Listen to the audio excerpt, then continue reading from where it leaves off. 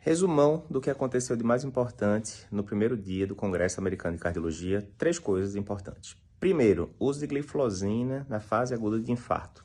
O estudo IMPACT-MI avaliou pacientes que chegavam majoritariamente com infarto com supra, 75%, que tinham disfunção de VE, fração de ejeção, abaixo de 45% e ou sintomas de insuficiência cardíaca, e aí basicamente testou placebo versus empagliflozina, 10 mg por dia.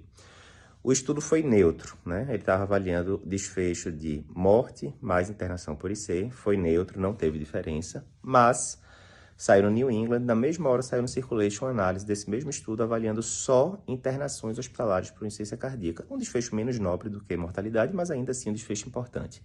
E avaliando só esse desfecho de internação, houve sim redução relevante na quantidade de internações.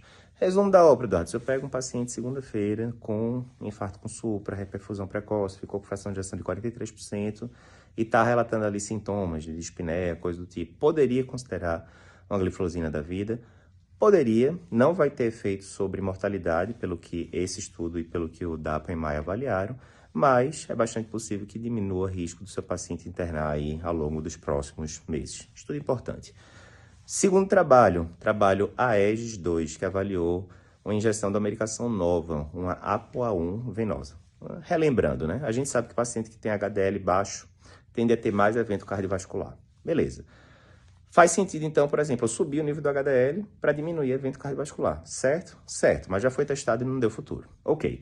Será que o problema, então, não é quantidade de HDL, mas sim a qualidade? Aí foi isso que esse estudo viu. A gente sabe que o HDL ele pode ter um efeito de transporte reverso, né, de tirar colesterol da placa e levar lá para o fígado, o que é uma coisa boa. E isso poderia ser ativado ali pela injeção da ApoA1, que é a principal apoproteína que tem ali no HDL. Beleza. Tinha estudos sugerindo que isso poderia dar certo, regressão de placa infemoral, etc. Mas quando foi feito esse estudo gigante, de mais de 18 mil pacientes, pegando ali pacientes pós síndrome coronariana aguda, etc., o estudo foi neutro, não teve benefício. Teve um subgrupo ali de pacientes com LDL mais alto, acima de 100, que sugere benefício, mas isso é gerador de hipótese, vamos ter que esperar novos estudos. Terceiro e último estudo que a gente está cobrindo aqui para você do resumão do primeiro dia é o STEP-HFpEF em pacientes diabéticos. Vê, um dos principais estudos do ano passado foi pacientes com obesidade e IC com fração de ejeção preservada. Na hora que dava semaglutida dose alta, esses pacientes evoluíram com melhora de qualidade de vida. No estudo do ano passado não tinha pacientes diabéticos. No estudo desse ano foi basicamente o mesmo desenho, sendo que exclusivamente com pacientes diabéticos. E pacientes diabéticos são diferentes dos não diabéticos, eles têm mais inflamação, eles têm mais alteração microvascular e assim por diante. O que se observou no estudo foi que, muito parecido com o outro, houve melhora de qualidade de vida, os pacientes perderam peso, etc. Né? Esse não é nem o principal achado.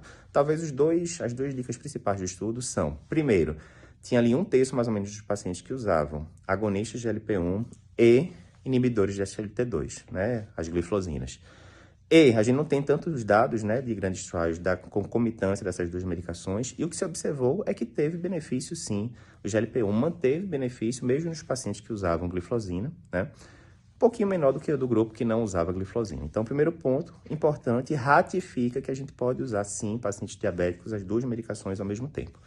Segundo ponto interessante desse estudo, os pacientes diabéticos, quando comparado com os não diabéticos, né, do estudo do ano passado, eles perderam menos peso, 40% menos peso do que os não diabéticos, mas a melhora na qualidade de vida foi muito similar, o que sugere que talvez o efeito dos agonistas de LP1 nos sintomas de insuficiência cardíaca não seja meramente só pela perda de peso, deve ter mais coisa aí por cima, os famosos efeitos pleiotrópicos, talvez diminuição de inflamação, entre outras coisas.